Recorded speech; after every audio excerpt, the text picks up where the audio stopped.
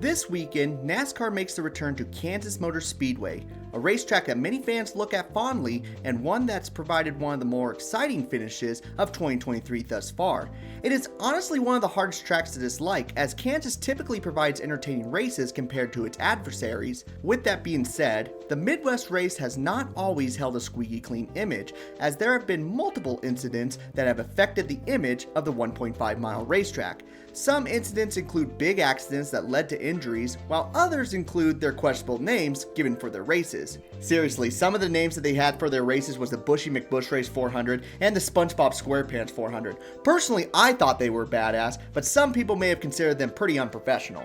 However, there is one race that runs through my head every time we come back to Kansas, and it is one where NASCAR would like us to forget. But I'm going to make sure that we don't, because today we are going to talk about the 2007 Lifelock 400 at Kansas Speedway.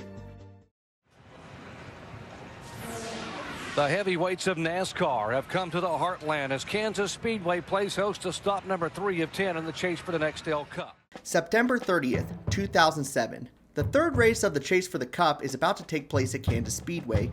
Many big stories are being talked about throughout the entire garage area. Currently, there are 6 drivers 30 points away from each other for the championship lead. That's the equivalent to about 6 to 10 points in today's point system.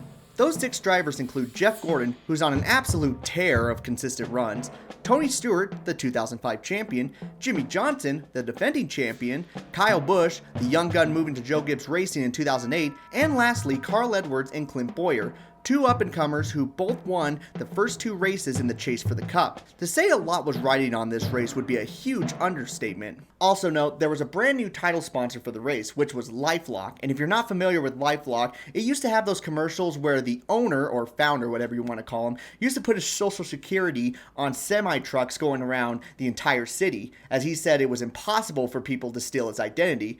And I think by the end of it, there was actually some people who stole his identity, so not only that happened to him, but he also got sued for it since he said that his software, it was impossible for anyone to steal his identity theft. So it was kind of an interesting story that I found. But regardless, it was a brand new sponsor for Kansas Speedway, so they really wanted to make sure that they provide Lifelock with a great race. The beginning of the weekend started out with controversy, as the pole sitter of the race, Jimmie Johnson, would damage his car in practice, forcing the team to go to a backup car, while Ryan Newman, the other driver on the front row, would have his time disallowed for failing post-qualifying inspection, meaning that the 2 fastest cars from qualifying would be starting in the rear rather than leading the field to the start of the race.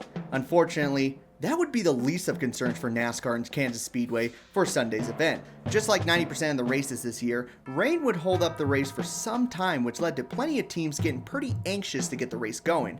In fact, Jeff Burton may have been a little too impatient to get things going, as he would be busted for trying to fix the front fender of his car during the red flag. Burton would get penalized, but the race would continue with still plenty of racing to go. As the race moved forward, a new rivalry would be born, one that would stay in the mind of many fans for the next 15 years. Oh, trouble. Kyle Busch, one of the chase contenders, has had back-to-back top 5 finishes, and he is head on to the wall here on lap 27. Dale Jr. would spin out Kyle Busch in a race that Kyle needed to finish well in order to stay in the hunt for the championship.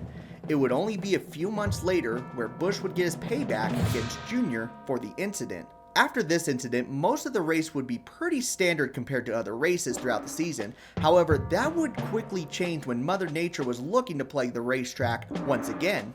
Thanks to a pit strategy, Tony Stewart would be sitting in the first position when the caution would fly for rain, almost solidifying his 4th victory of the season, as the rain came down much harder than earlier. With the racetrack soaked and having no lights around the vicinity at the time, everyone was waiting for NASCAR to call the race official due to weather. Except NASCAR had different plans. NASCAR would make the interesting call to continue the race, with the race distance being shortened from 267 laps to 225 due to darkness, a move that was almost never seen before and one that frustrated the Stewart fans as they felt a win was taken away from them. But seeing that NASCAR didn't want to cut a chase race super short, I guess I can see why they wanted to continue the race. I mean, what was the worst that could happen? It couldn't get any worse, right? There's Tony in the 20 car behind all these cars that are being shown on the tail end of the lead lap. Oh, contact! Schrader is sideways. Gilliland is in it. But I talked with Greg this morning. He felt that things were good, and Tony Stewart is in trouble. Oh, Tony Stewart, what everyone hoped would not happen, and he has trouble, and he gets the 99 car involved. Man, I tell you, that was just a bad decision right there. Leave him out there. I was worried about that. Jimmy Johnson a part of that 3-wide mix. Oh, contact down the back straightaway. The 11 car is involved. McMurray is involved. 15 wrecked us. Yes, he did. We followed a brake. This would put NASCAR in more of a bend, as now the scheduled distance of 225 seemed too far out of reach thanks to the impending darkness. Because of this, NASCAR decided to shorten the length again, this time making the length 210 laps. Now at this point, a lot of teams were getting frustrated. I mean, no one knew when the race was going to end. NASCAR kept cutting the laps shorter and shorter, which made it nearly impossible for anyone to do any types of pit strategies because they didn't know what was going to come next. So you can imagine how NASCAR was feeling up to this point. One team that was loving the distance being shortened, however, was the number 16 team with veteran Greg Biffle behind the wheel. Biffle was having an off season in 2007 and wanted to score a victory to make something out of the season. The only issue was their chances of making it to the end would be nearly impossible, as there was hardly any chance with their fuel lasting, but as fate would have it, the cautions would come at the right time. Reagan, the highest running rookie in the 42. Speaking of rookies, up contact with the wall for Juan Pablo Montoya. He's got a buzz. Easy. Yeah, they're going to have to throw a caution for this debris now. Oh, man, 4 laps to go. Oh, this is going to change everything. Debris right in front of Greg Biffle. Caution is out. Caution's out. With the last caution being called for debris with just 3 laps to go, NASCAR would have no shot in restarting the race with the green-white checkered, as the track was getting darker than the Goodyear tires at this point. Greg Biffle was going to win his first race of the season, and it seemed like nothing was going to stop him. Unless, of course, he runs out of fuel before he crosses the start-finish line, but that wouldn't happen at this point. Congratulations to Greg Biffle, huh? Looks like the Lifelock Duck's going to get a checker here. Greg Biffle, 37-year-old driver, had gone 28 races. His last win was at Homestead at the end of Tamale of 2006. All right, buddy, right there. Check the flag.